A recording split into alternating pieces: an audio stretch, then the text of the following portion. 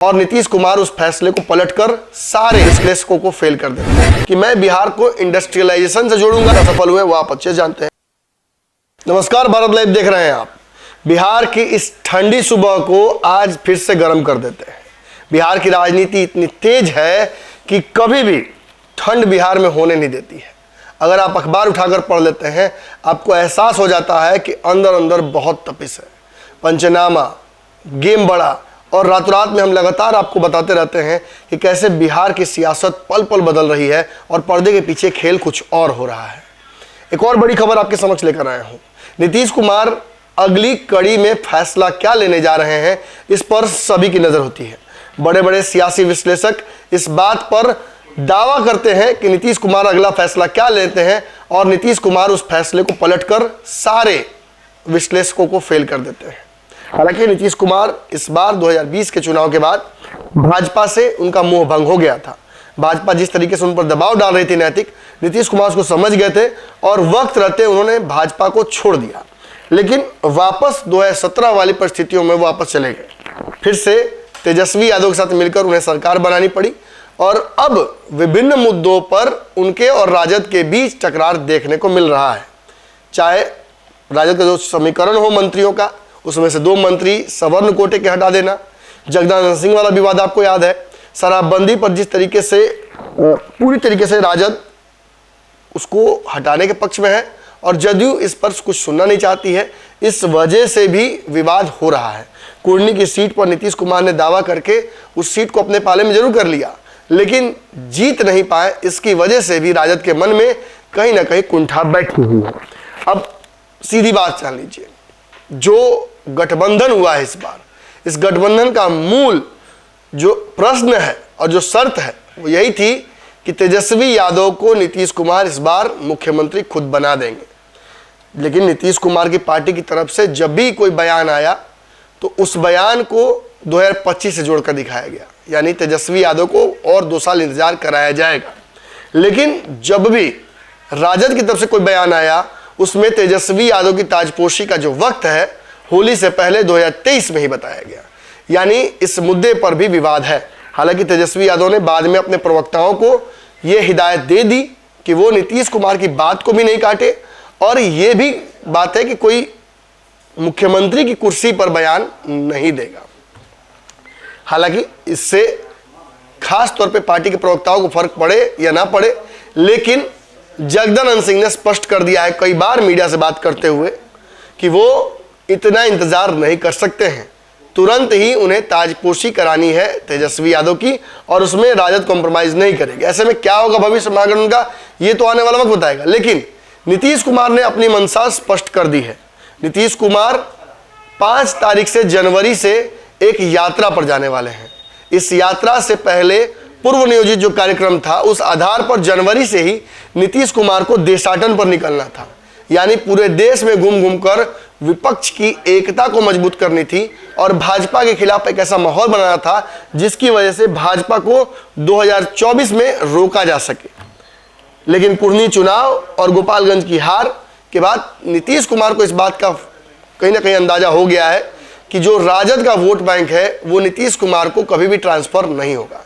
नीतीश इस गठबंधन में आए थे तो उन्हें लगा था कि लालू का वोट 2015 की तरह उन्हें मिल जाएगा और वो फिर से अपनी पार्टी को मजबूत कर लेंगे। विधायकों की संख्या लगातार घटती जा रही है जदयू की और आगे चल के जो भविष्य है वो बहुत अच्छा उज्जवल नहीं दिख रहा है। जदयू का लगभग चारों तरफ से दरवाजे बंद होते जा रहे हैं और घटते जनाधार से नीतीश कुमार काफी परेशान है। ऐसे में बोरोड जनाधार से भी उनका जो कुर्नी में है पार नहीं कर पाए वो। ऐसी स्थिति में कहीं ना कहीं ये उनके मन में है कि पहले उन्हें अपनी पार्टी को मजबूत करना होगा। इस कड़ी में उन्होंने देशाटन को रोक दिया अपने, और जो लगातार तेजस्वी यादव, ललन सिंह या उपेंद्र कुशवाहा ही पार्टी को लगातार मजबूत करने की कोशिश कर रहे थे, नीतीश कुमार की दावेदारी केंद्रीय सत्ता पर मजबूत करने की कोशिश कर रहे थे, वो इससे कहीं ना कहीं झटका लगता है। और अब नीतीश कुमार जब ये तय कर लेते हैं कि वो पूरे देश का भ्रमण नहीं बल्कि पूरी तरीके से बिहार पर फोकस करेंगे, तो इससे एक बात स्पष्ट हो जाती है कि नीतीश कुमार अब जो पहले से तय पाथ था कि पीएम की कुर्सी पर जाना है, उसे छोड़कर बिहार में अपनी कुर्सी को मजबूत करने में लग गए हैं। इससे सबसे बड़ा घाटा अगर किसी को होता है तो वो है तेजस्वी यादव। तेजस्वी यादव को सबसे पहला घाटा यही होता है कि उन्हें यह समझना पड़ेगा कि अब 2025 तक इस कुर्सी को नीतीश कुमार छोड़ने नहीं जा रहे हैं। जो बयान उन्होंने दे दिया है वो बयान अब उनके लिए कालजयी है। इसके अलावा अगर लगातार जगदन अगर दबाव डालेंगे तो इस कुर्सी से और गठबंधन से दोनों से हाथ धोना पड़ सकता है राजद को। अब नीतीश कुमार जब यात्रा पर जा रहे हैं तो एक बड़ा ही बेहतरीन सा मेरे पास एक कहा जा सकता है आंकड़ा है जो आपके सामने प्रस्तुत करना चाहूंगा। नीतीश कुमार अब तक 13 यात्राएं कर चुके हैं। इन 13 यात्राओं में नीतीश कुमार ने क्या क्या स्थापित किया है, क्या क्या उनकी पूंजी रही और क्यों किया, ये जान लेते हैं सरसरी नजरों से। फिर मैं बताऊंगा कि इस बार उनका मकसद क्या है। नीतीश कुमार की पहली यात्रा न्याय यात्रा थी। 12 जुलाई 2005 को नीतीश कुमार पहली यात्रा करने निकले थे। जनता से बहुमत की मांग के लिए सीएम नीतीश कुमार ने यात्रा निकाली थी और न्याय के आधार पर उन्होंने ये खास बात ये रही इस यात्रा में, उन्होंने बार बार ये बात कही थी कि बिहार को जो बाहुबलियों का राज रहा है और जो जंगल राज रहा है उससे मैं मुक्त करा दूंगा। इसके बाद विकास यात्रा पर वो निकले थे। 9 जनवरी 2009 को सीएम नीतीश कुमार इस यात्रा पर निकले थे और बिहार में विकास की नई कहानी लिखने को लेकर उन्होंने बात कही थी और जनता से वादा किया था कि मैं बिहार को इंडस्ट्रियलाइजेशन से जोड़ूंगा और बिहार में रोजगार की संभावनाएं बनाऊंगा। हालांकि कितना सफल हुए वो आप अच्छे जानते हैं। इसके बाद 17 जून 2009 को वो निकले थे धन्यवाद यात्रा पर। तब के लोकसभा चुनाव में भले ही नीतीश कुमार केंद्र की सत्ता तक नहीं पहुंच पाए थे, लेकिन उनके सहयोगी भाजपा के साथ जदयू को अच्छी सीटें मिली थी। इसी के लिए वो जनता को धन्यवाद करने निकले थे। इसके अलावा 25 दिसंबर 2009 को प्रवास यात्रा पर वो निकले। जनता की समस्याओं को जानने की कोशिश करने के दौरान वो जनता से मिले भी थे। तो ये एक नया था उनकी तरफ से पहल। इसके अलावा 28 अप्रैल 2010 को विश्वास यात्रा पर निकले थे। लोकसभा चुनाव में अच्छी जीत के बाद विधानसभा चुनाव में भी जीत हुई थी और इसकी दरखास्त के लिए वो 2010 की यात्रा में निकले थे। इसके अलावा 9 नवंबर 2011 को वो सेवा यात्रा पर निकले थे। विधानसभा चुनाव में उपेक्षा से अधिक सीटें उन्हें प्राप्त हुई थी और यही वो दौर था जिस समय उनके पास जो वोटों की संख्या और विधायकों की संख्या थी वो अच्छी थी। वो बड़े भाई बिहार में थे भाजपा से और कहीं ना कहीं इस दौरान उनका जो रिश्ता था भाजपा से वो बढ़िया था। इसके बाद 19 सितंबर 2012 को अधिकार यात्रा पर वो निकले। सीएम नीतीश कुमार ने बिहार को विशेष राज्य का दर्जा दिलाने की मुहिम को तेज करते हुए इस यात्रा की शुरुआत की थी।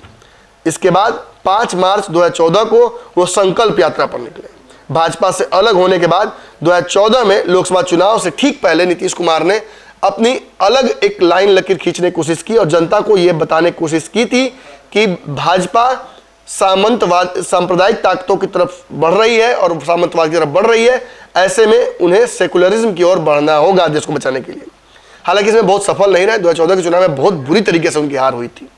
फिर 13 नवंबर 2014 को संपर्क यात्रा उन्होंने किया था। लोकसभा चुनाव 2014 में करारी हार मिली थी।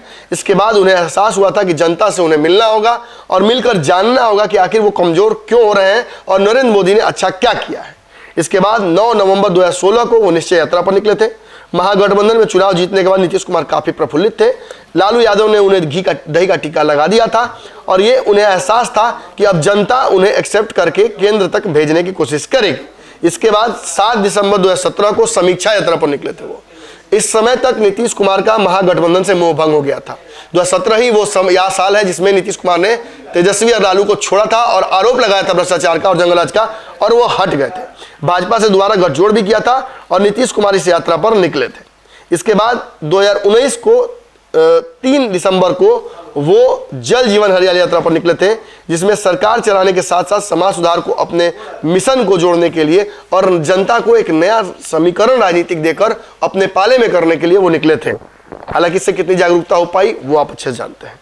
इसके बाद 22 दिसंबर 2021 को समाज सुधार अभियान के तहत वो निकले थे, जिस दौरान आपको याद होगा खासतौर पर शराबबंदी को उन्होंने फोकस किया था और एक और बात दहेज बंदी को लेकर उन्होंने एक मुहिम छेड़ी थी। हालांकि दहेज इस देश में पहले से ही बंद है, तो नीतीश कुमार ने क्या किया था ये तो वो वही बता सकते हैं।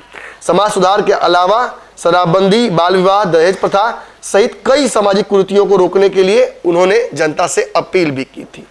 ये नीतीश कुमार की यात्राएं हैं और अब नीतीश कुमार एक नई यात्रा पर निकलने जा रहे हैं।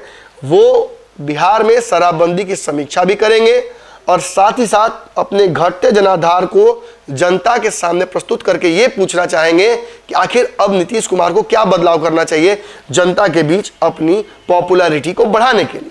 देखिए, नीतीश कुमार की अपनी मंशा जो भी रही हो, लेकिन तेजस्वी यादव को नीतीश कुमार के इस जोड़ घटाव से भयंकर घाटा होने वाला है। साथ ही साथ ललन सिंह, जो कि अब बिहार के डिप्टी सीएम बनने की तैयारी कर रहे थे, उनके सपनों को भी फिलहाल तिली लगा दी जाएगी। तो नीतीश कुमार की यात्राओं की खबर आपको कैसी लगी जरूर बताइएगा। कमेंट सेक्शन खुला हुआ है। अगर ये वीडियो आप फेसबुक पर देख रहे हैं तो हमारे पेज को लाइक कर लीजिए। यूट्यूब पर देख रहे होंगे तो निश्चित तौर पर सब्सक्राइब आपने कर लिया होगा। नए दर्शक हैं तो कृपया हमारे इस चैनल को सब्सक्राइब कीजिए। इसके अलावा हमारे पंचनामा जो चैनल है उस पर भी विश्लेषण रोज शाम में मैं खुद बैठकर बताता हूं, उसे भी जान लीजिएगा तो खबरों की चीरफाड़ आप तक पहुंच जाएगी। धन्यवाद। अगर ये वीडियो पसंद आई और वह बिहार के राजनीति और बिहारियत से सरोकार रखेनी तो सब्सक्राइब बटन दबा के चैनल के सब्सक्राइब कर ली। ओजे एगो घंटी बा, ओकरा बटन दबा देला से कुल सटीक और मारक खबर रुआ मुफ्त में मिल जाई। अगर रुआ पत्रकारिता के हमनी के नया प्रयोग में सहयोग कर चाहतानी तो ज्वाइन बटन दबा दी। पेटीएम नंबर नोट कर ली 9386816700। धन्यवाद।